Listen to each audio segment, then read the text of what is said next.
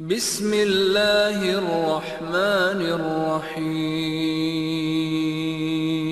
السلام علیکم ورحمۃ اللہ وبرکاتہ۔ الحمد للہ رب العالمین والصلاة والسلام علی اشرف الانبیاء والمرسلین نبینا محمد وعلی آلہ واصحابہ اجمعین وبعد۔ اللہ کے فضل و کرم سے، اس کی توفیق سے جدید مناہج کی حقیقت کے آج کے اس حلقے میں ہمیں اور آپ کو جو مضمون پڑھنا ہے وہ سوال نمبر 82 ہے۔ سوال نمبر 82، ایسے ہی سوال نمبر 83 اور 84 انشاءاللہ تبارک و تعالی۔ یہ سوالات جو 2-3 ہیں، یہ مختصر سوالات ہیں اور ان کے مختصر جامع جوابات ہیں۔ انشاءاللہ تبارک و تعالی ان سوالات کے جوابات سے ہمیں منہج کی معلومات تو ہوگی اس مسئلے یا ان مسائل کے سلسلے میں، لیکن خصوصیت کے ساتھ یہ مسائل بروقت آئے ہیں، یعنی ہماری ترتیب کے مطابق یہ مسائل اس وقت ہمارے سامنے ہیں اور ان مسائل پر کافی گفتگو بھی لوگوں کے درمیان ہو رہی، بہت سارے عوام کے درمیان، خواص کے درمیان، خاص طور پر نوجوانوں کے درمیان، یا عمومی طور پر ان احباب کے درمیان جن کے یہاں جذباتیت اور عاطفہ پایا جاتا ہے، جن کے یہاں اس طرح کے جراثیم پائے جاتے ہیں جو اخوانیت کے جراثیم ہیں، نفس پرستی کے، یا ایسے ہی ولی امر اور حاکم وقت کی عدم اطاعت یا صحیح معنوں میں اطاعت نہیں ہوتی ہے، ایسے لوگوں کے یہاں یہ سوالات، یہ اشکالات پائے جاتے ہیں۔ تو سوال نمبر 82 میں سائل پوچھتا ہے شیخ صالح بن فوزان بن عبداللہ الفوزان حافظہ اللہ سے، کہتا ہے کیا نماز میں قنوت نازلہ پڑھنے کے لیے بھی حاکم وقت کی اجازت شرط ہے؟ کیا نماز میں قنوت نازلہ پڑھنے کے لیے بھی حاکم وقت کی اجازت شرط ہے؟ سوال کرنے والا پوچھنا یہ چاہتا ہے کہ قنوت نازلہ تو سنت ہے، قنوت نازلہ سنت ہے، قنوت نازلہ میں جو دعائیں پڑھی جاتی ہیں وہ یا حالات اور ظروف کے اعتبار سے دعائیں کرنا، بد دعائیں کرنا، یہ تو نبی کریم صلی اللہ علیہ وسلم کی سنت ہے، تو کیا اب اس سنت پر عمل کرنے کے لیے بھی حاکم وقت کی اجازت، ولی امر کی اجازت ضروری ہے؟ بغیر اس کی اجازت کے شرط ہے، اجازت شرط ہے، بغیر اس کی اجازت کے ہم قنوت نازلہ بھی نہیں پڑھ سکتے؟ یہ ہے سوال، اور یہ سوال آج کل کے ان حالات میں بھی آپ بہت سارے بھائیوں کی زبانوں سے سن رہے ہوں گے۔ ہم یہ نہیں کہتے کہ ان کی نیت میں ہمدردی ہے، ان کی نیت میں یقیناً اپنے مظلوم بھائیوں کی مظلومیت کا کرب ہے، درد ہے، اور ان کے دلوں میں اس کا بے انتہا دکھ ہے، ان کی آنکھوں میں آنسو ہیں۔ یقیناً یہ ساری چیزیں ہم ہر مسلمان کے تئیں اس بات کا عقیدہ رکھتے ہیں کہ ہر مسلمان، میرے بھائیوں، یقیناً اپنے مسلمان بھائیوں کی مظلومیت کا درد کرب محسوس کرتا ہے۔ یہ اسلامی سماج ہے، اور یہ تو اسلام کی بات ہے، انسانی سماج میں بھی کسی بھی انسان کو دکھ درد ہوتا ہے تو ایک انسان دوسرے انسان کی تکلیف کو محسوس کرتا ہے، خاص طور پر معاملہ ظلم کا ہے، زیادتی کا ہے، تو ایسی صورت میں تو کہیں بھی ظلم ہمیں برداشت نہیں ہے، کہیں بھی ظلم ہوتا ہے تو ہمیں دکھ ہوتا ہے، کہیں بھی کسی کے ساتھ ناحق کیا جاتا ہے تو ہمیں دکھ ہوتا ہے، ناحق کسی کی زمین پر قبضہ کیا جائے، ناحق کسی کے مال پر قبضہ کیا جائے، ناحق کسی کی جان لے لی جائے، ناحق کسی کی آبرو پامال کی جائے، تو یہ تو دکھ ہوتا ہے اور ہونا ہی چاہیے۔ ہمیں اللہ تبارک و تعالی نے انسانیت کی بنیاد پر، خواہ وہ کسی بھی دین، دھرم، عقیدے کا ہو، ظلم، زیادتی، انارکی سے منع کیا ہے، اور یقیناً اس طرح کے ماحول میں ہمیں دکھ ہوتا ہے، درد ہوتا ہے، کیونکہ اسلام نے کہیں بھی عدل کے علاوہ ظلم کی، ناانصافی کی تعلیم نہیں دی ہے۔ کیا اپنا ہے کیا پرایا ہے، سب کی جان، سب کے مال، سب کے آبرو کی حفاظت میرے بھائیوں اللہ تبارک و تعالیٰ چاہتا ہے، الا بحق الاسلام میرے بھائیوں۔ تو اب یہ بہت بنیادی بات ہے کہ اگر ہمارے بھائیوں پر کوئی ظلم کر رہا ہے، زیادتی کر رہا ہے مسلمانوں پر، تو ایک مسلمان کو دوسرے مسلمان کے سلسلے میں یقیناً دکھ کی بات ہے، درد کی بات ہے، کرب کی بات ہے، تو اس میں تو کوئی شک نہیں ہے۔ لیکن اب اس وقت قنوت نازلہ کے سلسلے میں جو بہت زیادہ جذباتی ماحول بنا کر کے پیش کیا جاتا ہے، وہ ایک عجیب و غریب انداز کی بات ہے اور بات سمجھنے کی ہے۔ اس سے کسی کو انکار نہیں کہ قنوت نازلہ مسنون ہے، سنت ہے، نبی کریم صلی اللہ علیہ وسلم نے اپنی سنت کے اندر، اپنی سیرت کے اندر ہمیں اس کے شواہد عطا کیے ہیں۔ آپ نے بد دعا کی ہے، قنوت نازلہ پڑھا ہے، اور آپ نے بہت سارے ان پر لوگوں پر، قبائل پر جن لوگوں نے جرائم کیے تھے ان پر بد دعا کی ہے۔ تو یہ تو اپنے آپ میں فی نفسی ہی ایک سنت مشہور ہے، موجود ہے، معلوم ہے، اس میں کسی طرح کا کوئی اختلاف، کسی بھی طرح کا کوئی تأمل، تردد نہیں ہے۔ مسئلہ اس سے متعلق ہے کہ کیا حالات، ظروف ایسے آ چکے ہیں اور کیا واقعی اسلامی تعلیمات اور ہدایات کے مطابق کیا ایسے ظروف بن چکے ہیں کہ قنوت نازلہ پڑھنا چاہیے، اور قنوت نازلہ پڑھنے کے لیے جب تک ولی امر مسلمانوں کا حاکم اجازت نہ دے یا اس کی طرف سے کوئی تعمیم یعنی سرکولر یا کوئی ہدایت نہ آئے، تعلیم نہ آئے، تب تک قنوت نازلہ نہیں پڑھنا چاہیے؟ کیا یہ ضروری ہے ایسا؟ کیا ہم حالات کو دیکھیں تو قنوت نازلہ پڑھنا شروع نہ کر دیں؟ کیوں نہ شروع کر دیں؟ کیوں اجازت شرط ہے؟ یہ اصل میں سوال ہے۔ تو مسئلہ دو ہے۔ مسئلہ ایک فی نفسی ہی قنوت نازلہ کی مسنونیت کا ہے، اس کی سنیت کا ہے، اس کی سنت موجود ہے ہمارے پاس، اس کی دلیل موجود ہے، اس میں کوئی دو رائے نہیں، کوئی اختلاف نہیں۔ مسئلہ یہ ہے کہ کیا حالات ظروف ایسے ہو چکے ہیں کہ قنوت نازلہ پڑھنا چاہیے؟ اس کا فیصلہ کون کرے گا؟ دوسری چیز، حالات ظروف کے اعتبار سے قنوت نازلہ پڑھا جائے یا نہ پڑھا جائے، اس کے مثبت پہلو کیا ہیں، اس کے منفی پہلو کیا ہیں، اس کے نتیجے میں کیا اسلام کے حق میں، مسلمان کے حق میں مسائل پیدا ہو سکتے ہیں، نہیں ہو سکتے ہیں۔ مسلمانوں کا حاکم، مسلمانوں کا ولی امر مسلمانوں کی مصلحتوں کو سمجھتا ہے، اور اسی اعتبار سے کسی بھی چیز کا حکم یا کسی بھی چیز کا فرمان جاری کرتا ہے۔ تو اس لیے یہ سوال بہت زیادہ اہمیت کا حامل ہے۔ آج ہمارے یہاں بھی بہت سارے ہمارے بھائی ہیں جو ہو سکتا ہے کہ بہت زیادہ جذباتیت پہ وہ یہ سوال کرتے ہیں کہ قنوت نازلہ کیوں نہیں پڑھی جا رہی ہے، بعض مسجدوں میں پڑھی جا رہی ہے، بعض مسجدوں میں نہیں پڑھی جا رہی ہے، اور بعض نادان ہمارے بھائی ایسے بھی سوال کرتے ہیں کبھی کبھی کہ فلاں فلاں مسلک والوں کی مسجدوں میں پڑھی جا رہی ہے، ہمارے یہاں کیوں نہیں پڑھی جا رہی۔ اس طرح کی باتیں لوگ کرتے ہیں، یعنی گویا کہ قنوت نازلہ کے مسئلے کو ایک جذباتی مسئلہ بناتے ہیں، ایک اصولی مسئلہ بنانے کے بجائے اسے ایک جذباتی مسئلہ بناتے ہیں۔ کیوں نہیں پڑھی جا رہی ہے؟ پڑھا جانا چاہیے۔ یہ ثابت کرتے ہیں کہ آپ کو دکھ نہیں ہے، آپ کو درد نہیں ہے، آپ کو فکر نہیں ہے مسلمانوں کے ساتھ کیا کیا ظلم، زیادتی، انارکی ہو رہی ہے، آپ کو اس کا کوئی احساس نہیں ہے۔ کیسے ہیں آپ نمازوں میں قنوت نازلہ نہیں پڑھتے، باقی دوسرے لوگ پڑھتے ہیں، ہم لوگ کیوں نہیں پڑھتے، ہماری مسجدوں میں قنوت نازلہ کیوں نہیں پڑھی جاتی؟ یہ جذباتی مسئلہ بناتے ہیں۔ سوال یہ پیدا ہوتا ہے کہ قنوت نازلہ پڑھنے کے سلسلے میں کیا وقت آ گیا ہے یا نہیں آ گیا ہے، پڑھنا چاہیے نہیں پڑھنا چاہیے؟ اس طرح کے حالات میں ہماری رہنمائی کون کرے گا؟ ہم ملک وطن عزیز ہندوستان کے اندر ہیں، ہم اپنے ملک میں ہیں الحمدللہ، تو ہم اپنے ملک میں اس طرح کے مسائل میں کیا اپنی منمانی کرنے یا ہر آدمی جو سمجھے وہی کام ہونا چاہیے، یا واقعی ہمارے بیچ میں بڑے علماء ہیں، ہمارے بیچ میں بڑے علماء ہیں جو حالات کو، ظروف کو، مسائل کو سمجھتے ہیں؟ ہماری جماعت ہے، ہمارے پاس جماعت ہے، جماعت کے ساتھ الحمدللہ ایک بہت ہی زیادہ معتبر اور حد درجہ سوجھ بوجھ والی قیادت ہے، سرپرستی ہے۔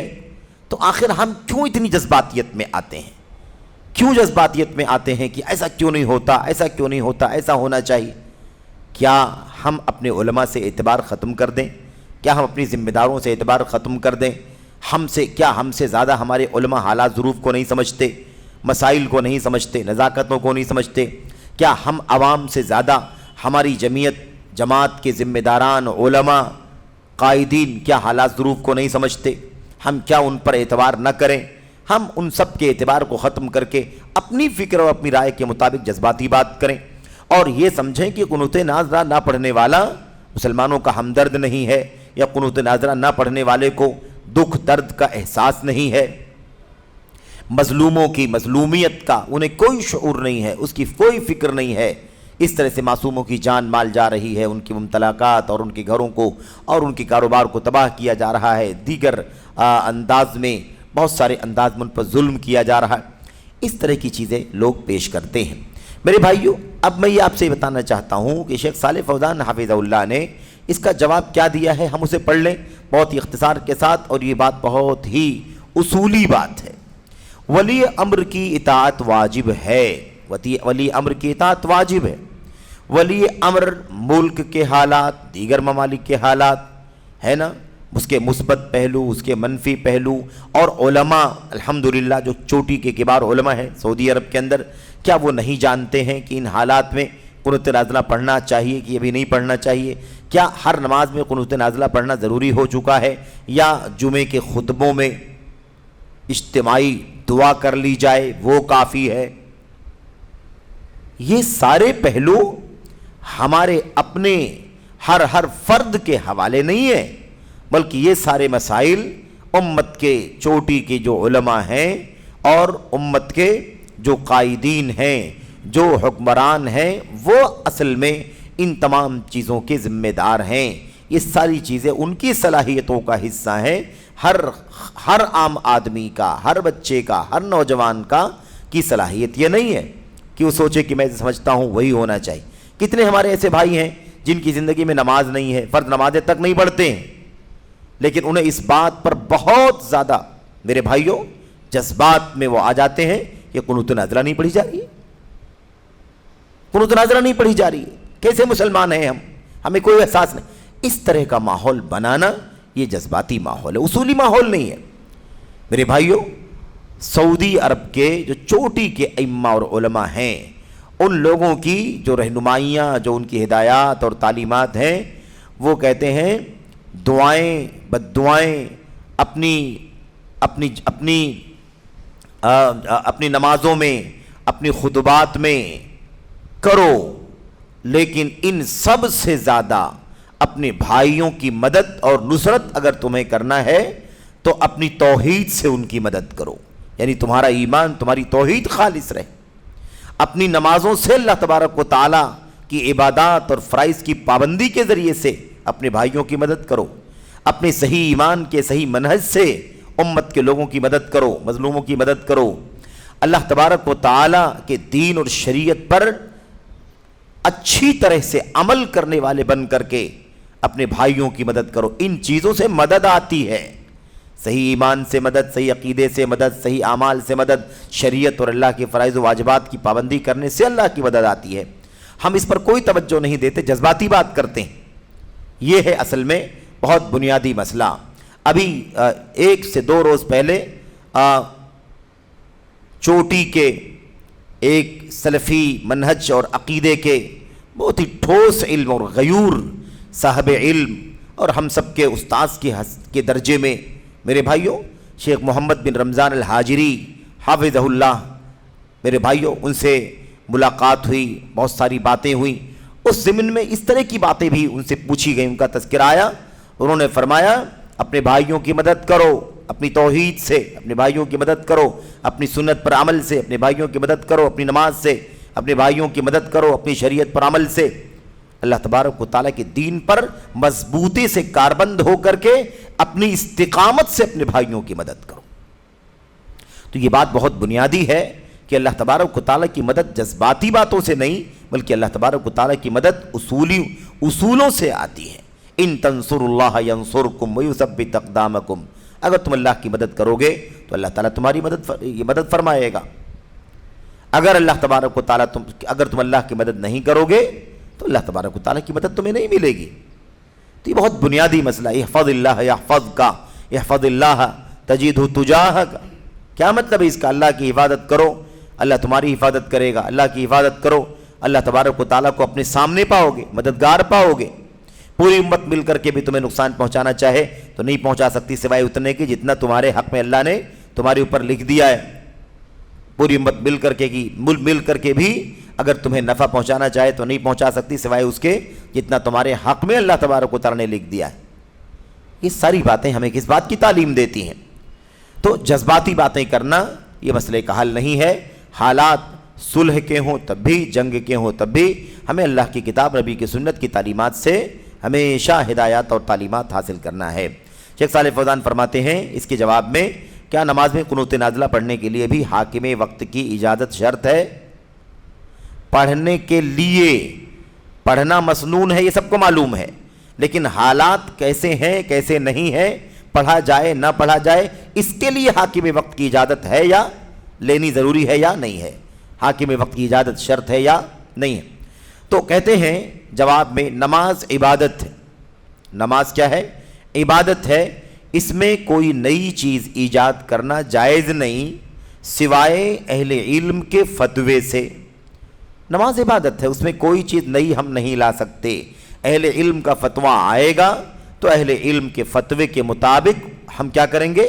عمل کریں، کیونکہ وہ ہمارے جو اہل علم ہیں مقتدر، وہ اس بات کو سمجھتے ہیں کہ قنوت نازلہ کب پڑھا جائے گا. حالات وہ آ گئے کہ نہیں آ گئے؟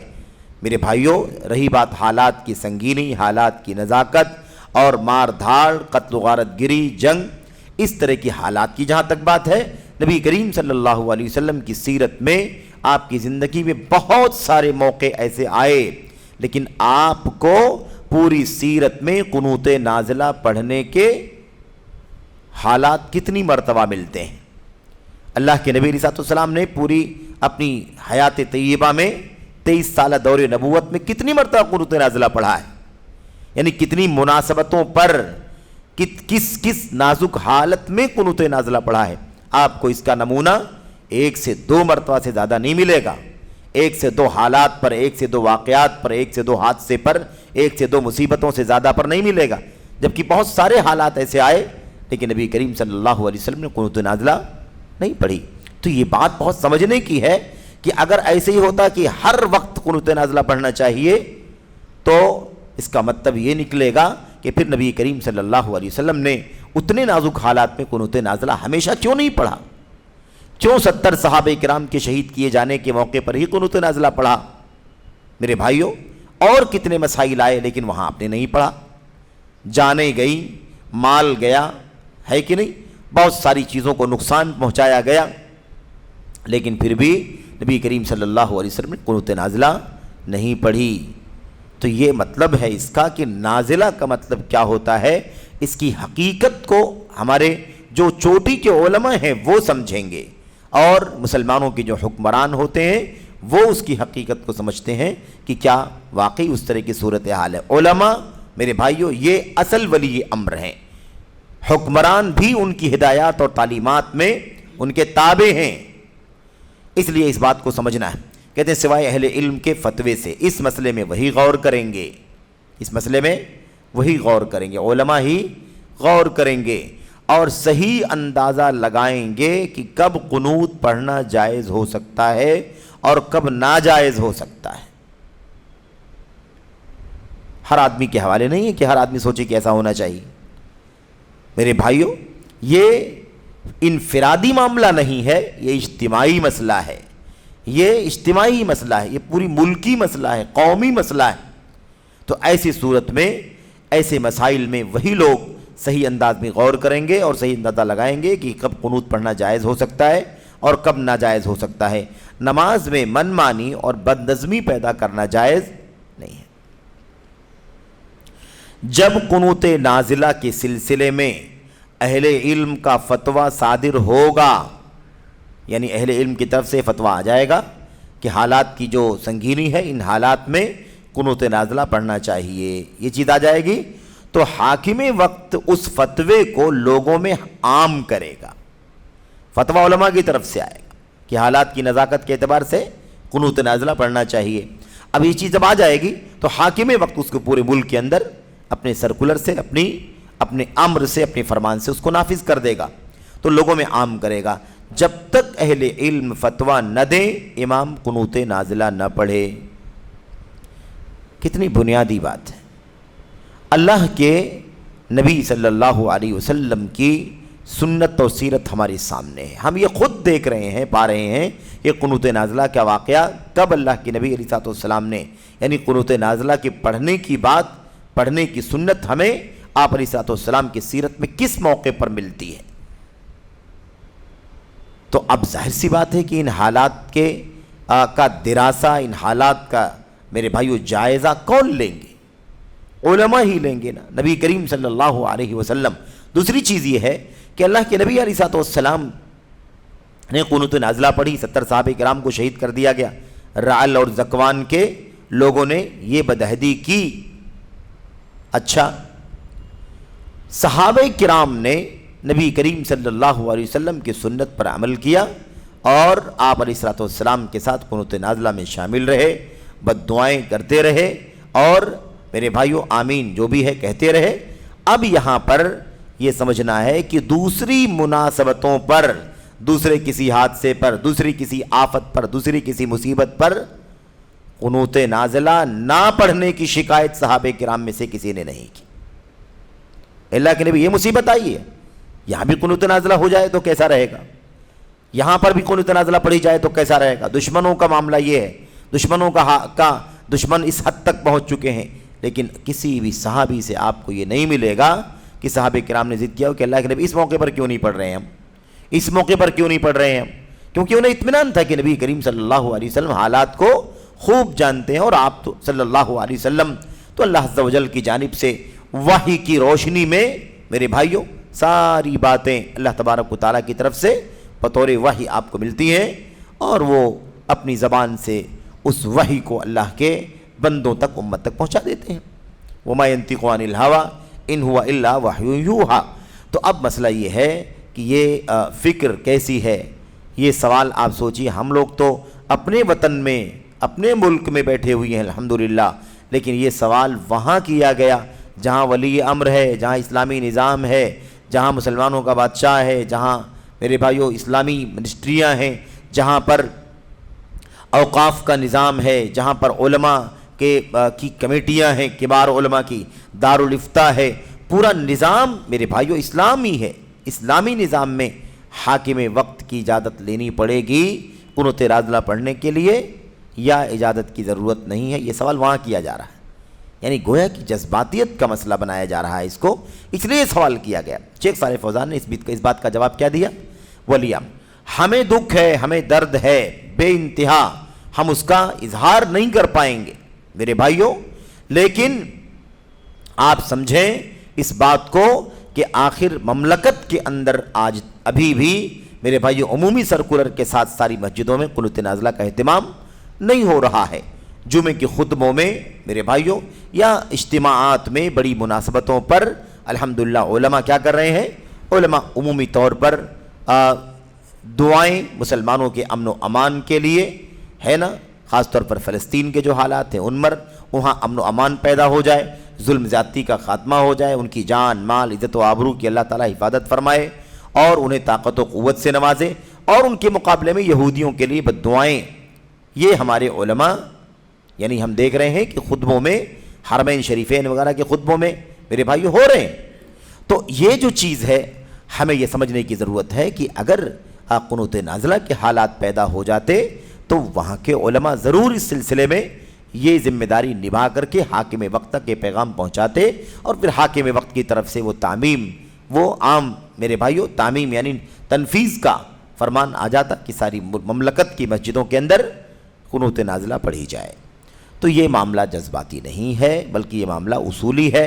ہمیں تحمل سے، صبر سے کام لینا چاہیے، اپنے علماء، اپنی قیادت، اپنی جماعت اور اپنے بڑوں کی سرپرستی اور ان کی ہدایات اور تعلیمات کا انتظار کرنا چاہیے، ورنہ ایسے کوئی مسئلہ تو ہے نہیں کہ ہر آدمی دعائیں کرے، ہر آدمی دعائیں کرے، ہر آدمی ظالموں کے لیے اور بددعائیں کرے، مظلوموں کے لیے دعائیں کرے۔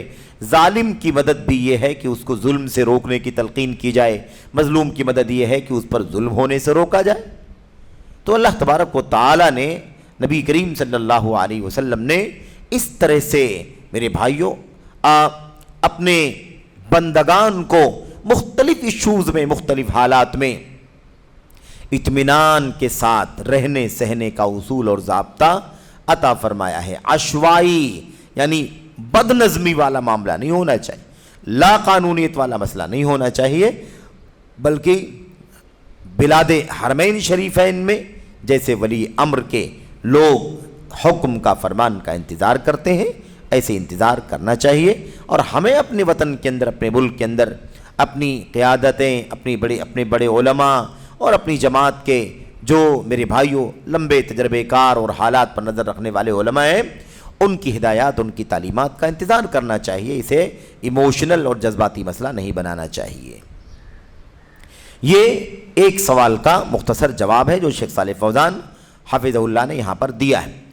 اسی کے ساتھ ساتھ ایک دوسرا سوال بھی اسی سیشن میں ہم آپ کے سامنے پیش کرنا چاہتے ہیں۔ سوال میں پوچھا جا رہا ہے، اور یہ سوال نمبر 83 ہے، سوال نمبر 83 ہے، پوچھا یہ جا رہا ہے حاکم وقت کی منظوری کے بغیر جہاد کے لیے جانے کا کیا حکم ہے؟ یہ سعودی عرب کے ماحول میں، وہاں کے ماحول میں یہ سوال کیا جا رہا ہے۔ کہتے ہیں جب کہ مجاہد کی خون کا پہلا قطرہ گرتے ہی اس کی مغفرت ہو جاتی ہے، اور کیا ایسا آدمی شہید ہوگا؟ اب آپ سوچئے، ہم تو اپنے وطن میں ہیں، اپنے ملک میں ہیں، جہاں میرے بھائیوں ایک جمہوری نظام ہے، ایک جمہوری نظام ہے، اور سب کو اپنے اپنے ہے نا دین، ایمان، اپنے عقیدے اور اپنے تشخصات پر عمل کرنے کی آزادی ہے، رخصت ہے، اسے اس بات کی اجازت ہے۔ لیکن یہ سوال کہاں ہو رہا ہے؟ یہ سوال سعودی عرب کے اندر ہو رہا ہے۔ حاکم وقت کی منظوری کے بغیر جہاد کے لیے جانے کا کیا حکم ہے؟ خارجیت والی ذہنیت جب ہوتی ہے تو اس طرح کے سوالات پیدا ہوتے ہیں۔ جبکہ مجاہد کے خون کا پہلا قطرہ گرتے اس کی مغفرت ہو جاتی ہے۔ یہ سوال یہ ہے، کہنے والا یہ پوچھ رہا ہے، سوال کرنے والا، کہ بھئی جہاد کرنے کی اتنی فضیلت ہے کہ مجاہد کے پہلے خون کا پہلا قطرہ جب گرتا ہے تو اس کی بخشش اور مغفرت ہو جاتی ہے، اتنی فضیلت ہے نا؟ تو اب اتنی فضیلت ہے تو ہمیں نکل جانا چاہیے اس فضیلت کو حاصل کرنے کے لیے، یا حاکم وقت کی منظوری لینا ضروری ہے؟ منظوری کے بغیر، اجازت کے بغیر ہم جہاد کے لیے نہیں جا سکتے؟ کیا ہے فیصلہ؟ اور اگر کوئی شخص حاکم وقت کی منظوری کے بغیر، اجازت کے بغیر جہاد کرنے کے لیے نکل جاتا ہے تو کیا ایسا شخص مارا جائے تو شہید ہوگا؟ بہت بنیادی سوال ہے۔ اب مسئلہ کیا ہے؟ مسئلہ یہ ہے کہ جہاد کی فضیلت تو اپنی جگہ پر طے ہے، جہاد کی فضیلت طے ہے، لیکن اس کی تطبیق کے لیے کیا شرائط ہیں، کیا ضوابط ہیں؟ اس جہاد کی تطبیق کے لیے، یعنی جہاد کرنے کے لیے نکلیں، اس کو عملی طور پر کریں، اس کی تطبیق کے لیے آخر کوئی ضابطہ ہے کہ نہیں ہے؟ اس کا ضابطہ کیا ہے؟ یہ معلوم ہے سوال کرنے والے کو کہ مجاہد کے پہلے قطرے سے، خون کے پہلے قطرے ہی پر مغفرت ہو جاتی ہے، لیکن اسے یہ نہیں معلوم ہے کہ اس جہاد کے لیے کیا شرائط ہیں، کیا ضوابط ہیں، کیا اصول ہیں۔ اگر ہر آدمی نکل جائے، مار دھاڑ کرے، ہر آدمی نکل جائے، ہتھیار استعمال کرے، تو آپ بتائیے کہ کیا ہوگا اس کا نتیجہ؟ یہ جہاد ہوگا یا آتنک ہو جائے گا؟ یہ جہاد ہوگا یا فساد ہوگا؟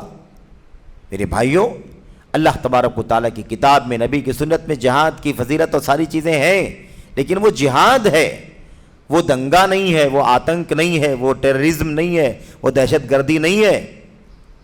اسی بنیاد پر تو یہ مسئلے کھڑے ہوئے، اور جو کچھ لوگوں کے اپنے ایکشن ہیں جس کی نہ قرآن اجازت دیتا ہے، نہ سنت اجازت دیتا ہے، نہ سلف اجازت دیتے ہیں، نہ علماء اجازت دیتے ہیں، لوگ جو منمانی کرتے ہیں اسے جہاد کا نام دیتے ہیں۔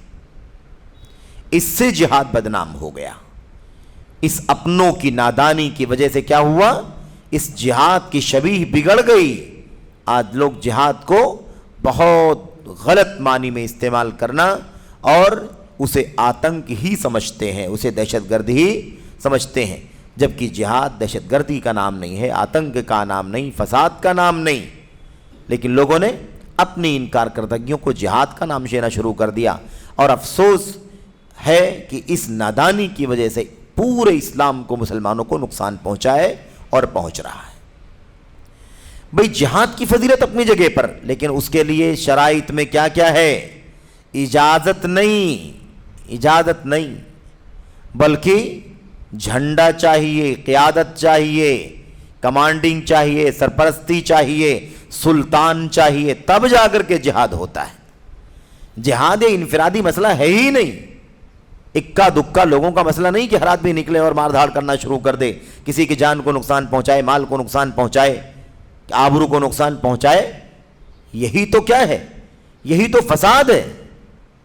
یہ جہاد نہیں ہے بلکہ یہ فساد ہے, اور ہمارے نوجوانوں کو ورغلا کر کے اس طرح سے دھوکے میں ڈالنے والے دھوکے میں ڈالتے ہیں. اللہ کا شکر ہے کہ ہمارے اپنے جو نوجوان ہیں جماعت اہل حدیث کے, اللہ کا شکر ہے کہ اس میں سب سے زیادہ سیف ہیں. نادر کوئی اکا دکا بہکنے والا بہک جاتا ہے, ورنہ اللہ کا شکر ہے کہ ان کے سامنے یہ تعلیمات, یہ ہدایات آتی ہیں تو الحمدللہ اس طرح کی حرکتیں عام طور پر ہمیں اپنی جماعت کے نوجوانوں میں نہیں ملتا.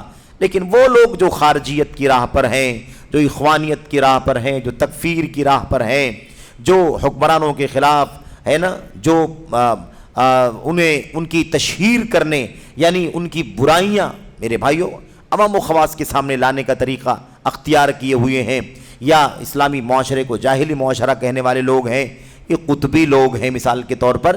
اس طرح کے لوگ, تکفیری ذہنیت کے لوگ, خارجیت کے لوگ, یا ایسے اخوانیت کی جو فکر ہے, ان لوگوں کی سوچ ہے. ایسی سوچ رکھنے والے اس طرح کے قدم اٹھاتے ہیں. ورنہ اللہ کا شکر ہے کہ توحید و سنت کی جو دعوت ہے, ہمارے علماء کی جو رہنمائیاں ہیں, اللہ کے فضل و کرم سے میرے بھائیوں ہمارے نوجوان اس سے سب سے زیادہ سیف ہیں. یہ اللہ تبارک و تعالیٰ کا احسان ہے, اللہ تبارک و تعالیٰ کا کرم ہے. اور یہ جراثیم خارجیت کے, یہ جراثیم اخوانیت کے لوگ پیدا کرتے ہیں, نوجوانوں کو ورغلا کر کے, ان کے جذبات کو میرے بھائیوں ابھار کر کے, اکسا کر کے اس طرح کے قدم اٹھانے پر انہیں مجبور کرتے ہیں. یہ کوشش تو چلتی ہے اخوانیوں کی, خارجیوں کی, لیکن اللہ کا شکر ہے کہ قرآن و سنت کی تعلیمات کے نتیجے میں اس میں کامیابی انہیں جلدی نہیں ملتی. ہاں کوئی اگر دور رہے گا, علم سے دور ہے, علماء سے دور ہے, علم کی مجلسوں سے دور ہے, اور منہج اور عقیدے کی میرے بھائیوں جو تعلیمات ہمیں حاصل کرنے کی ضرورت ہے, ایسی مجلسوں سے جو دور رہتا ہے, تو ظاہر سی بات ہے کہ وہ کسی نہ کسی کے بہکاوے میں آ جائے. اس کا خطرہ ہوتا ہے, اس کا اندیشہ ہوتا ہے. تو ہمیں چاہیے کہ ہم سمجھیں کہ جہاد کیا ہے, فساد کیا ہے, جہاد کیا ہے, اجرام کیا ہے. دونوں میں فرق ہے زمین و آسمان کا میرے بھائیوں. اس لیے دونوں میں خلط ملط نہ ہو, اور کوئی بھی ورغلانے والا ورغلانے کی کوشش نہ کرے. تو اصل یہ ہے کہ فضیلت جہاد کی اپنی جگہ پر, لیکن جہاد کہتے کس کو ہیں, کب جہاد ہوگا, کن شرطوں کے ساتھ ہوگا, ہم نے سرسری طور پر اس حوالے سے اشارہ کر دیا. بہرحال شیخ کہتے ہیں اس کے جواب میں, اگر آدمی حاکم وقت کی مخالفت اور اس کی نافرمانی کرے گا, حاکم وقت کی, حکمران کی, حاکم وقت خلیفہ ہے, امام ہے, امیر المومنین ہے, بادشاہ ہے نا, جیسے مثال کے طور پر سعودی عرب کے حکمران ہیں, آج کے حکمران, اس سے پہلے کے حکمران. اگر ان کی حاکم وقت کی مخالفت اور اس کی نافرمانی کرے گا, اور اپنے والدین کی نافرمانی کرے گا, تو گنہگار ہوگا. دو لفظوں میں جواب ہے کہ حاکم وقت کی نافرمانی کرے گا تو گنہگار ہوگا, اور والدین کی نافرمانی کرے گا تو گنہگار ہوگا. حاکم وقت جیسے سرپرست ہے, ولی امر ہے, معاملے کا ذمہ دار ہے, اپنی رعایا کے معاملے کا ذمہ دار ہے, اپنے ملک کے لوگوں کی حفاظت کا, ان کے امن و امان کا ذمہ دار ہے. ایسے ہی میرے بھائیوں ہمارے ماں باپ ہماری مصلحتوں کے ذمہ دار ہیں کہ نہیں؟ سب سے پہلا گارجین کون ہے بچے کا؟ اس کے اپنے والدین ہیں. اپنے والدین سب سے پہلے گارجین ہیں, سب سے پہلے ولی امر ہے. ولی امر کا مطلب ہوتا ہے گارجین, معاملے کی ذمہ داری, معاملے کی دیکھ ریکھ اور اس کو سنبھالنے کی ذمہ داری جو ہوتی ہے اس کو ولایت امر کہتے ہیں.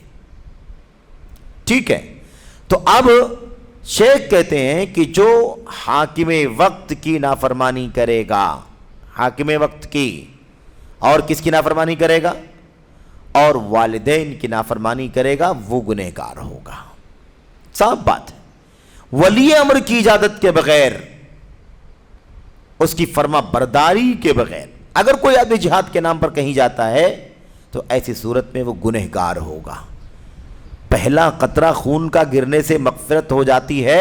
اس لالچ میں کچھ بھی منمانی کرنا چاہتے ہیں, کہیں بھی جانا چاہتے ہیں, بلا اجازت جانا چاہتے ہیں, نہ ماں باپ کی اجازت نہ ولی امر کی اجازت. یاد رکھیں کہ ولی امر کی اجازت کے بغیر یہ کام کیا تو گنہگار ہوگا, کیونکہ ولی امر کی تابع داری اطاعت کرنا ضروری ہے. اسمع و اطیع, سنو اور کہا مانو. السمع والطاعہ, سننا ضروری ہے, اطاعت کرنا ضروری ہے. اب یہ کہہ کے نہیں چلے گا کہ وہ فلاں گناہ کا کام کرتے ہیں, وہ فلاں گناہ کا کام کرتے ہیں, وہ صغیرہ گناہ کرتے ہیں, وہ کبیرہ گناہ کرتے ہیں. اس طرح کی باتیں بول کر کے اس کی اطاعت سے نکلنے کی گنجائش نہیں ہے. اس کی باتیں, اس حوالے سے باتیں آگے آ رہی ہیں وضاحت کے ساتھ, اس حوالے سے باتیں آ رہی ہیں وضاحت کے ساتھ. اچھی بات ہے. والدین کی نافرمانی, نبی کریم صلی اللہ علیہ وسلم کے سامنے صحابہ کرام کے واقعات پیش آئے کہ نہیں پیش آئے؟ ایک آدمی نبی کریم صلی اللہ علیہ وسلم کی خدمت میں آیا. اس نے عرض کیا, ہے اللہ کے نبی صلی اللہ علیہ وسلم, میں جہاد کے لیے جا رہا ہوں. میں کہاں جا رہا ہوں؟ جہاد کے لیے جا رہا ہوں, لیکن میرے والدین اس سے راضی نہیں ہیں, رو رہے ہیں. والدین کیا ہے؟ راضی نہیں ہیں, رو رہے ہیں. بتائیے کیا کروں؟ اللہ کے نبی صلی اللہ علیہ وسلم نے فرمایا, جاؤ, واپس جاؤ اپنے گھر, واپس جاؤ والدین کے پاس. اضحکہما کما ابکیتہما, ان دونوں کو جیسے تم نے رلایا ہے ایسے ہی ان دونوں کو ہنساؤ. روتا ہوا چھوڑ کر کے آئے ہو, اس لیے ضروری ہے یہ, ایسے منمانی نہیں کرنا ہے. میرے بھائیوں, اللہ کے نبی صلی اللہ علیہ وسلم کی یہ تعلیمات کیا بتلاتی ہیں ہمیں؟ جہاد کی فضیلت اللہ کے نبی نے بیان فرمائی کہ نہیں بیان فرمائی؟ قرآن کریم کی آیتوں میں کتنی فضیلتوں کا ذکر ہے. میرے بھائیوں, سب کچھ کے باوجود ماں باپ کی اطاعت کرنا کیا ہے؟ ضروری ہے. ماں باپ کی اطاعت کے بغیر بھی جہاد, کہ یہ اس وقت جب جہاد ہو رہا ہو تب بھی, یہ اس وقت جب صحیح معنوں میں جہاد ہو رہا ہو تب کی بات چل رہی ہے. لیکن اگر دنگے اور فساد اور جان مال کو یوں ہی نقصان پہنچانے کا کوئی قدم اٹھایا جا رہا ہے تب تو بے انتہا جرم ہے. یہ ادھر بھی جرم ہے, ادھر بھی نافرمانی کا جرم ہے. اس لیے یہ بات شیخ صالح فوزان حفظہ اللہ نے بڑے اختصار کے ساتھ عرض کر دی ہے. اس پر شیخ جمال ابو فریحان, جمال بن فریحان حارثی رحمۃ اللہ علیہ کا یہ حاشیہ بڑا عظیم الشان ہے, قیمتی ہے, اسے محسوس کریں. یہ بھی ساری باتیں صفحہ نمبر 421 پر ہیں. حاشیہ نمبر 1 میں جہاں پر یہ بات آئی ہے کہ اگر حاکم وقت کی مخالفت اور اس کی نافرمانی کرے گا اور والدین کی نافرمانی کرے گا تو گنہگار ہوگا.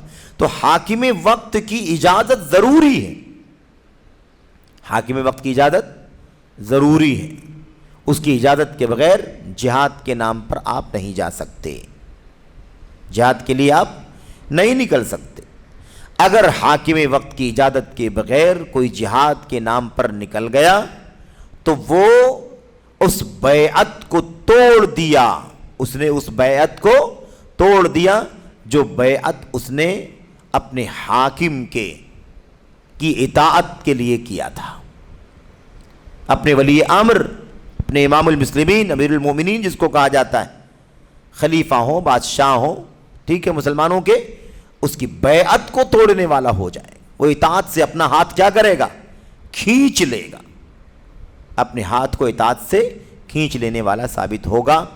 اور جہاد کا ثواب تو بعد کی بات ہے، وہ اطاعت سے نکلنے کی وجہ سے وہ باغی اور خارجی کہلائے گا۔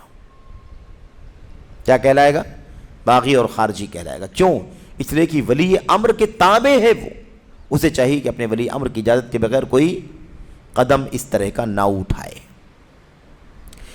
سوال کے حاشیے میں کہتے ہیں اس حالت میں کس حالت میں؟ یعنی جہاد کرنے جا رہا ہو، حاکم کی اجازت نہ ہو، ٹھیک ہے۔ اور اس سے پیشتر سوال والی حالت، پہلے والے سوال میں حالت کیا تھی؟ قنوت نازلہ پڑھنے کی بات پوچھی گئی تھی۔ قنوت نازلہ بغیر حاکم کی اجازت کے، بغیر علماء کی طرف سے رہنمائی مل گئے اس حالت میں، اور ان دونوں جیسے دوسرے بہت سارے حالات میں، یعنی گویا کہ دونوں سوال، ایک کیا ہے؟ حاکم وقت کی اجازت کے بغیر، علماء کی رہنمائی کے بغیر، ہے نا، قنوت نازلہ پڑھنا، اور ایسے ہی حاکم وقت اور والدین کی اجازت کے بغیر، خاص طور پر والدین نہیں بلکہ بات جو چل رہی ہے اصل کیا ہے؟ حاکم وقت۔ یہ تو جواب میں آیا ہے، سوال میں کیا پوچھا گیا؟ حاکم وقت کی اجازت کے بغیر جہاد کرنے کا کیا حکم ہے؟ تو قنوت نازلہ بغیر حاکم کی اجازت کے نہیں، جہاد بغیر حاکم وقت کی اجازت کے نہیں۔ شیخ کہتے ہیں جمال، کہتے ہیں ان دونوں حالات اور ان جیسے دیگر حالات میں مسلمان پر حاکم وقت سے اجازت لینا ضروری ہے۔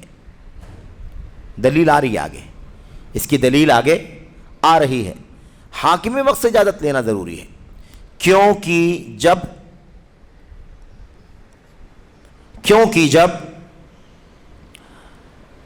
کیا کہا؟ کیونکہ جب وہ اسے بیعت دے چکا ہے،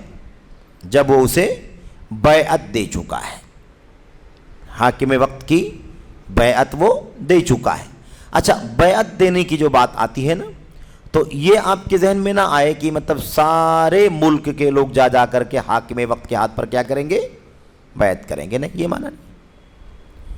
بیعت ارباب حل و عقد، ایسے لوگ بیعت کرتے ہیں جو حل اور عقد والے ہیں۔ حل کا مطلب ہوتا ہے کھولنا، اور عقد کا مطلب ہوتا ہے باندھنا۔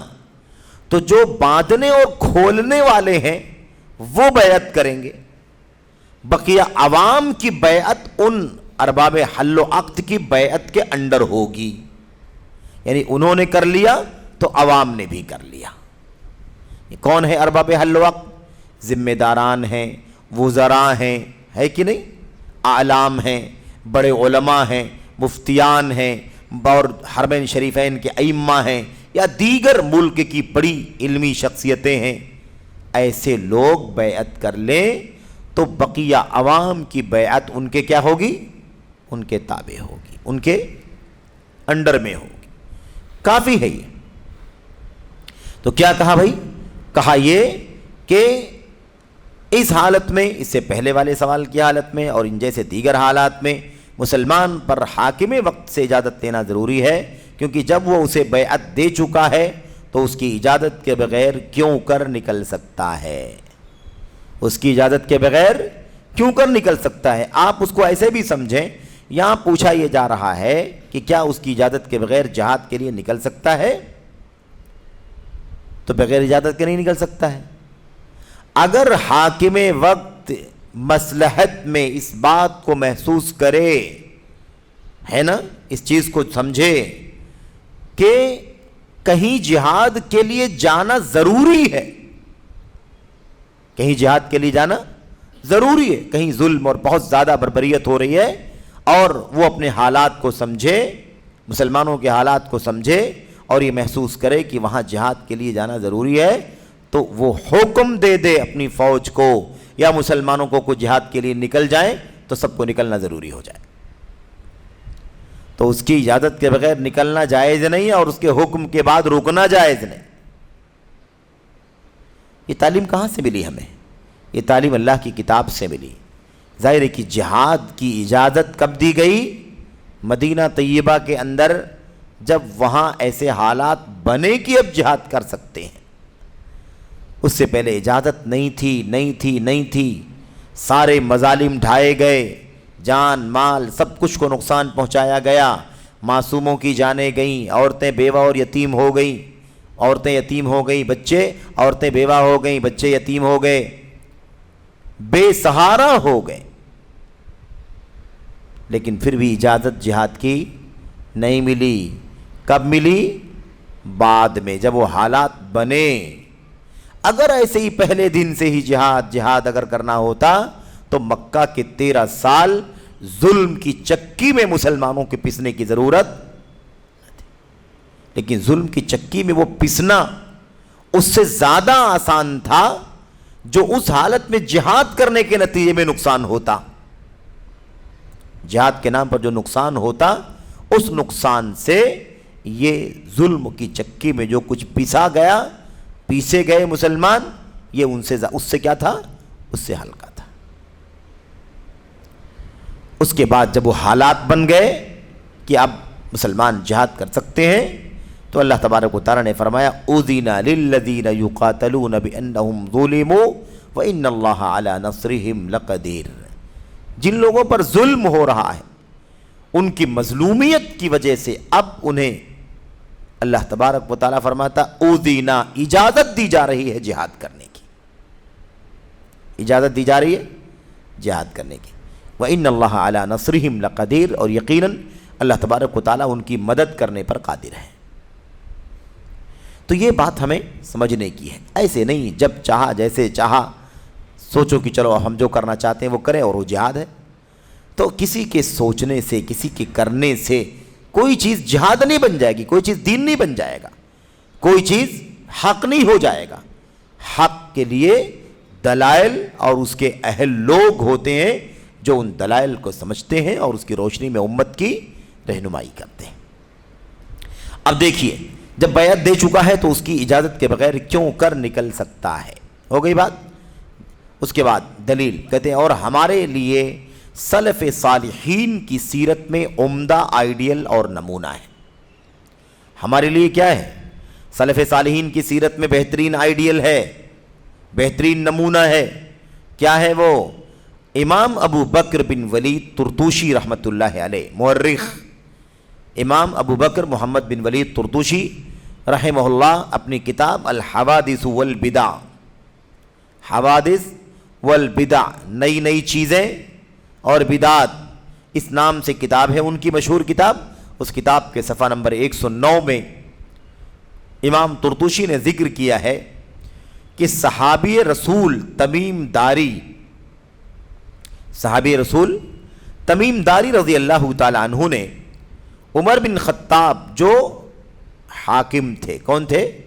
ولی امر تھے، مسلمانوں کے خلیفہ تھے، امیر المومنین عمر بن خطاب رضی اللہ تعالی عنہ سے تمیم داری رضی اللہ تعالی عنہ جیسے میرے بھائیو صحابی رسول نے کہا، کیا کہا؟ دعنی، اللہ اکبر، دعنی ادعو اللہ واقص واذکر الناس.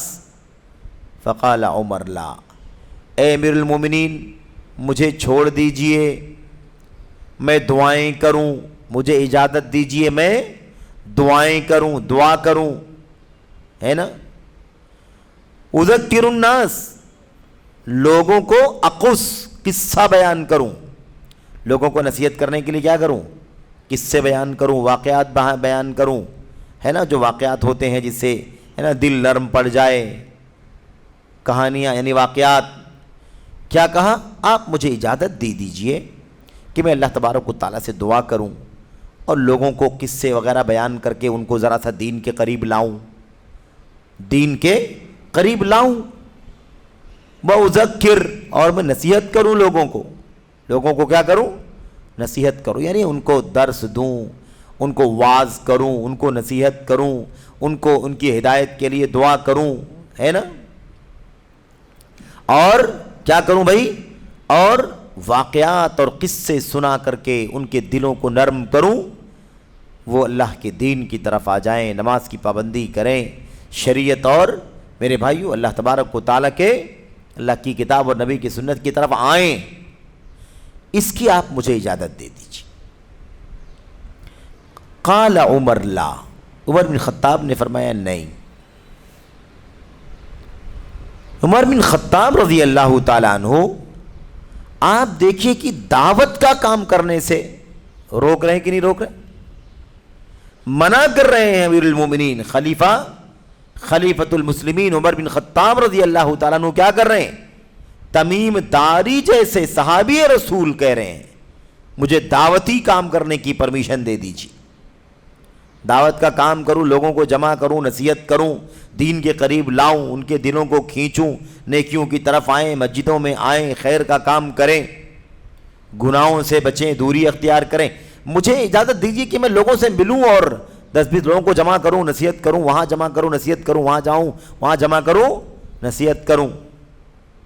اس کی اجازت مانگی تمیم داری نے عمر بن خطاب سے۔ عمر بن خطاب نے فرمایا نہیں، اس کی اجازت نہیں ہے، تمہیں اس کی اجازت نہیں ہے۔ بھئی کون سے کام کی اجازت مانگ رہے تھے وہ اجازت مانگ رہے تھے لوگوں کو دعوت دینے کی، نصیحت کرنے کی، درس دینے کی، واعظ کرنے کی اجازت مانگ رہے تھے۔ لیکن عمر بن خطاب رضی اللہ تعالیٰ عنہ نے کہا نہیں، اس کی اجازت نہیں ہے۔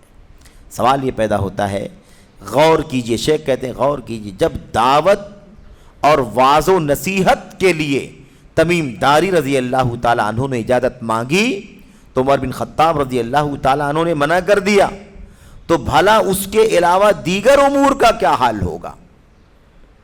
اگر بغیر حاکم کی اجازت کے دعوت کا کام نہیں کیا جا سکتا، بغیر ولی امر کی اجازت کے کوئی فتویٰ نہیں دے سکتا، گرچہ وہ عالم ہے، گرچہ وہ کیا ہے؟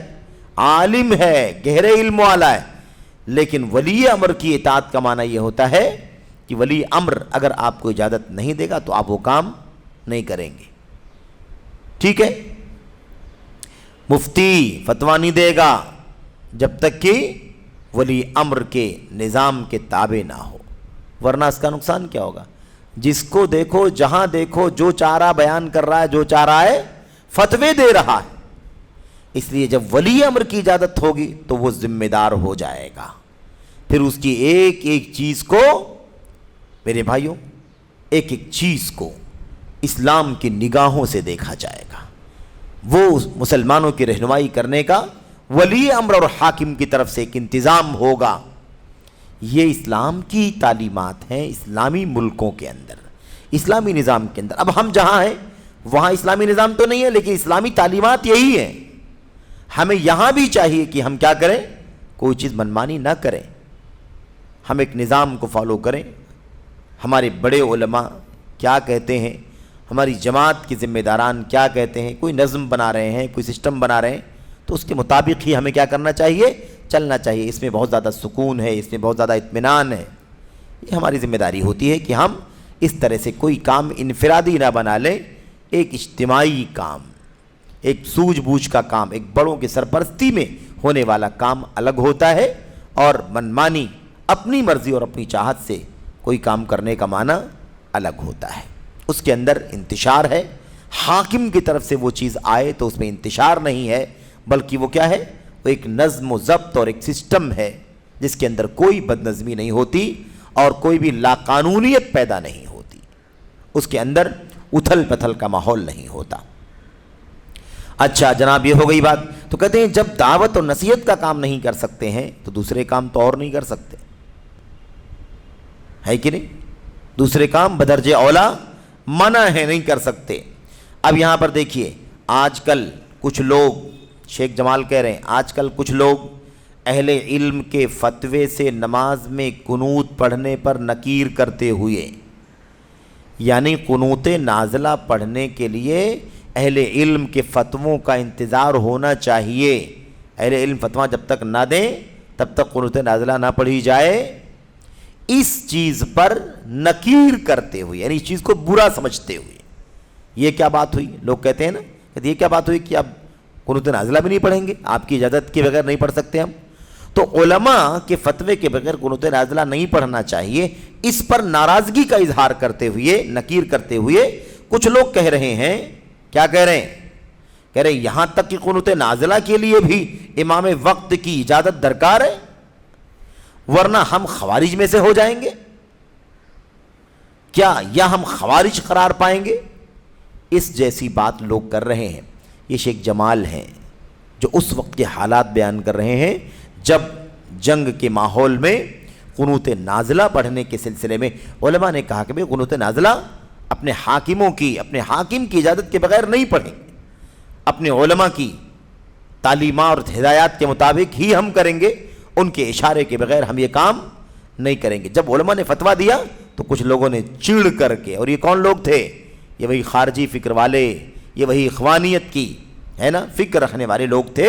ان لوگوں نے کہا کہ اچھا اب آپ کی کہنے کے مطابق ہم قنوت نازلہ بھی نہ پڑھیں، آپ ہمیں قنوت نازلہ کی اجازت دیں گے تب ہم پڑھیں گے، اور اگر آپ کی اجازت کے بغیر پڑھیں گے تو خارجی ہو جائیں گے۔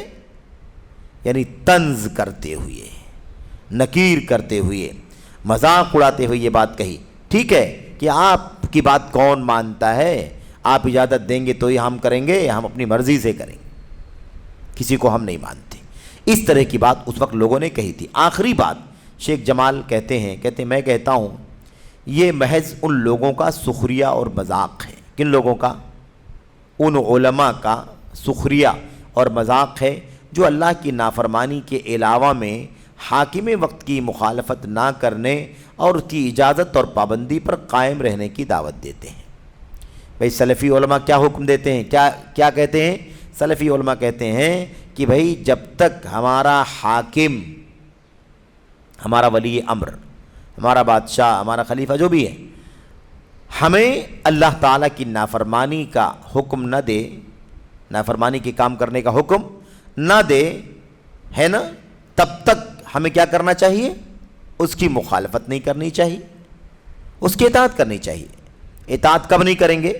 نافرمانی اطاعت کب نہیں کریں گے؟ جب وہ اللہ اور اس کے رسول کی مخالفت کرنے کا حکم دے، نافرمانی کرنے کا حکم دے، تب نہیں مانیں گے اس کی بات۔ لیکن جب تک وہ اللہ اس کے رسول صلی اللہ علیہ وسلم کی نافرمانی کے علاوہ میں کوئی حکم دیتا ہے تو ہمیں اس کی مخالفت نہیں کرنی چاہیے، اس کی اجازت اور پابندی پر قائم رہنا چاہیے۔ اجازت دے تو کریں اور پابندی لگا دے تو نہ کریں، اس پر قائم رہنا چاہیے۔ یہ بات جو علماء کرتے ہیں، ایسے علماء کا مذاق اڑا رہے ہیں یہ لوگ، اور کہہ رہے ہیں کہ اچھا اب ہم قنوت نازلہ بھی آپ لوگوں کے کہنے پر پڑھیں گے۔ یہ معنی ہے جو کہنا چاہتے ہیں۔ کہتے ہیں کیونکہ ایسا کرنے کی صورت میں وہ کتاب و سنت اور اجماع کا مخالف ہوگا۔ کیسا کرنے کی صورت میں؟ اگر وہ یہ بات نہ مانے، ایسا نہ کہے کہ بھئی جب تک اللہ کی نافرمانی اور رسول کی نافرمانی کا حکم نہیں دے گا ہم اس کا کہاں مانیں گے، اپنے امام کا کہاں مانیں گے؟ وہ اجازت دے گا تو کریں گے، اجازت نہ دے گا تو ہم نہیں کریں گے، رک جائیں گے۔ کہتے ہیں اگر وہ ایسا نہیں کریں گے تو کتاب و سنت اور اجماع کی مخالفت ہوگی کہ نہیں ہوگی؟ قرآن و سنت اور اجماع ہمیں یہ بتلاتے ہیں کہ حاکم وقت کی اجازت کے بغیر ہمیں کوئی کام نہیں کرنا چاہیے، اور اس کے منع کرنے کے بعد کوئی کام نہیں کرنا چاہیے، بشرطے کہ وہ کوئی بھی حکم اللہ اور اس کے رسول کی نافرمانی میں نہ دے رہا ہو، کیونکہ اللہ اس کے رسول کی نافرمانی اگر ہوگی تو پھر کسی کی اطاعت نہیں کی جائے گی۔ جو بھی اس بات کا ہے نا اللہ اس کے رسول کی نافرمانی کی بات کہے گا ہم اس کی بات کو نہیں مانیں گے۔ لا طاعت لمخلوق فی معصیت الخالق، کسی مخلوق کی، کسی اللہ تبارک و تعالیٰ کی نافرمانی میں کسی مخلوق کی اطاعت نہیں ہے۔ ٹھیک ہے، اللہ کے نبی علیہ السلام نے فرمایا ما لم یؤمر بمعصیہ، اس وقت تک اپنے امام کی بات کو مانے جب تک کہ اسے نافرمانی کا حکم نہ دیا جائے۔ اگر نافرمانی کا حکم دیا جائے فلا سمع ولا طاعہ، تو نہ تو سننا ہے اور نہ اس کا کہا ماننا ہے۔ یہ بات سمجھائی اللہ کے نبی صلی اللہ علیہ وسلم۔ اس لیے یہ جو چیزیں ہیں یہ کتاب و سنت کے دلائل کے روح سے ہے نا، یہ امام وقت کی صلاحیتوں کا حصہ ہے۔ کہتے ہیں اگر ان لوگوں کے پاس علم اور تقوی ہوتا تو ایسی بات نہ کہتے، علم ہوتا اور تقوی ہوتا تو ایسی بات نہ کرتے، بلکہ وہ اس معاملے میں وہی موقف رکھتے جو موقف سلف کا رہا ہے اور جس موقف پر آج یہ سلفی علماء قائم ہیں۔ یہ ہے مختصر طور پر اس سوال کا جواب۔ تو یہ دو سوالات آج کے میرے بھائیوں ماحول کے اعتبار سے اس وقت ہمارے سامنے آ گئے ہیں، اور یہ کتاب کی ترتیب کے مطابق ہی یہ سوالات ہمارے پاس آئے ہیں۔ سوال نمبر 82 اور سوال نمبر 83 جو بالکل موجودہ حالات میں بہت اچھی رہنمائی کرنے کی انشاءاللہ تبارک و تعالی ضامن ہیں یہ سوالات اور ان کے جوابات۔ اللہ سے دعا کرتے ہیں کہ اللہ تبارک و تعالی ہمیں اور آپ کو کتاب و سنت کی تعلیمات سلف امت کی میرے بھائیوں منہج کے مطابق ہمیں عمل کرنے کی، ان تعلیمات پر عمل کرنے کی توفیق عطا فرمائے۔ ولی اور امر اور حاکم کی اطاعت اور ولی امر کا کہا ماننے کی جو ہمیں تلقین ہے اس پر عمل کرنے کی توفیق عطا فرمائے۔ ہم ایک ایسے ملک میں ہیں، یہ ہمارا وطن ہے، ہمیں اس وطن سے لگاؤ ہے، دلی لگاؤ ہے، محبت ہے۔ ہم اس وطن کے اندر امن و امان سے سکون سے رہتے ہیں۔ ہم اس وطن کی دھرتی پر اللہ تبارک و تعالیٰ کی بندگی کر رہے ہیں، اس کی عبادت کر رہے ہیں۔ یہاں ہم حلال روزی کھانے کی کوشش کر رہے ہیں، حرام سے اپنے آپ کو بچا رہے ہیں۔ یہاں ہمارے وطن میں، ہمارے ملک میں سکون ہے، اطمینان ہے۔ تمام تر حالات کے باوجود بھی اللہ تبارک و تعالیٰ کی حمد ہے، اس کا شکر ہے۔ ہمیں چاہیے کہ ہم کسی بھی طرح کی بدنظمی کو قبول نہ کریں، اپنے علماء کو اپنے علماء کا مقام دیں، اپنے بڑوں کو اپنے بڑوں کا مقام دیں، اپنے ذمہ داروں کو میرے بھائیو اپنا ذمہ دار مانیں، سمجھیں۔ انشاءاللہ تبارک و تعالیٰ عافیت میں رہیں گے، سکون میں رہیں گے، خیر میں رہیں گے۔ آزاد منمانی کوئی کام کرنا چاہیں گے تو پھر بہت کچھ ہوگا۔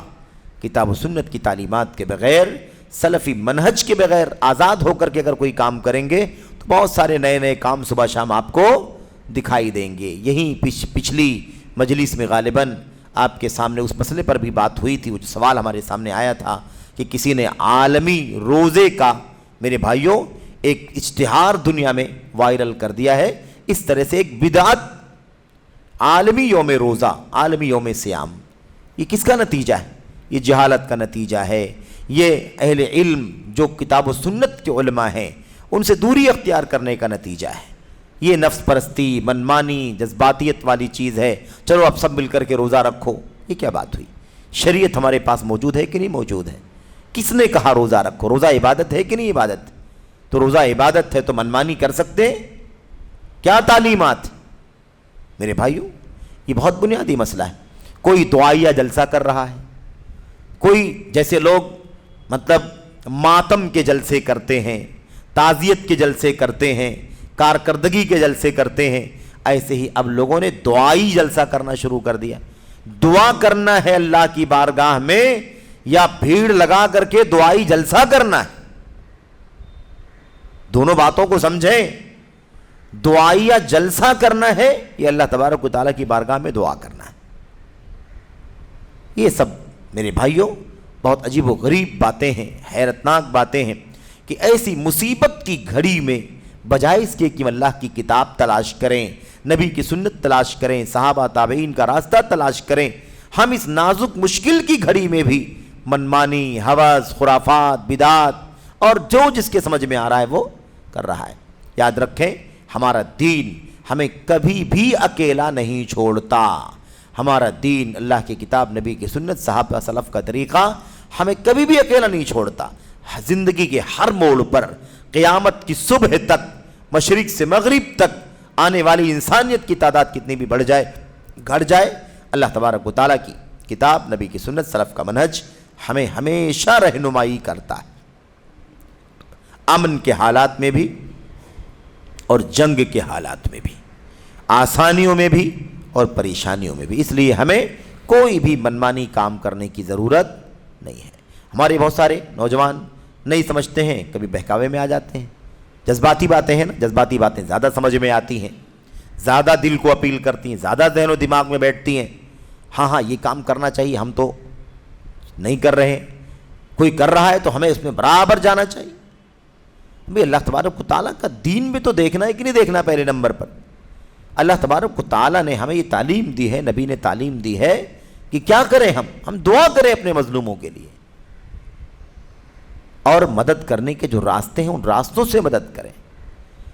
اب یہ بدعتیں ایجاد کر کے اس طرح کے میرے بھائیوں پروگرام اور جلسے جلوس کر کے کس مسئلے کا حل تلاش کرنا چاہتے ہیں ہم؟